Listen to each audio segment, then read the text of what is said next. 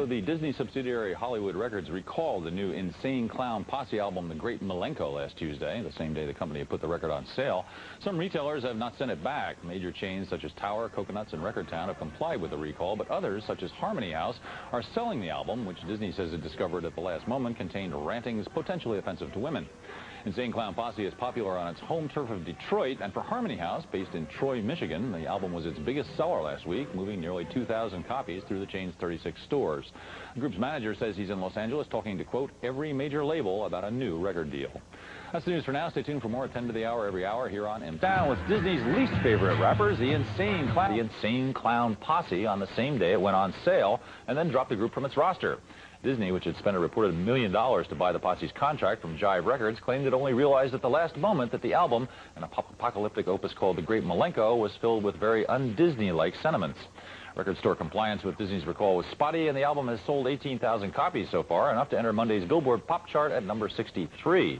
Inevitably, though, Disney's action sparked a flurry of offers from other major labels for the clown's services. Disney would not talk about it, but Chris Connolly tracked down the Insane Clown Posse in Los Angeles this week to get their side of the story, and here it is. Chris Connolly on the streets of Los Angeles with the Insane Clown Posse, angrily responding to Disney's decision to pull their record from stores nationwide just hours after its release. Don't let Disney say that it slipped through their fingers, because I handed this album in 6 months ago. 6 months ago! And you know what I'm talking about, Mickey. Got the lyric sheets, looked at them, approved them, put the record out. That's right. Took it off the shelf.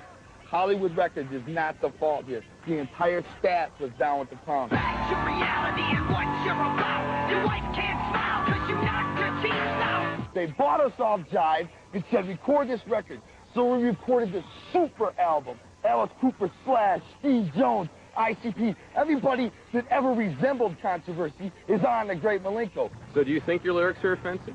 I can explain every lyric what it is. Everybody that dies on our record, everybody we kill is either a racist, bigot, or there's somebody that beats their wife, or they're a drunk, or something. That's who we kill. We're like vigilante superheroes.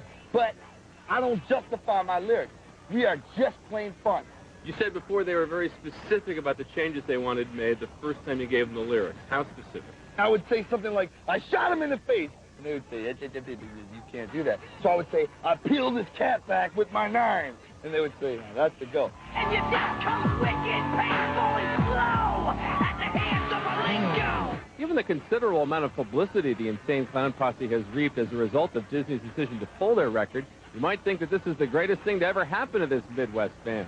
But the band members themselves say they're hurt and angry at Disney's decision.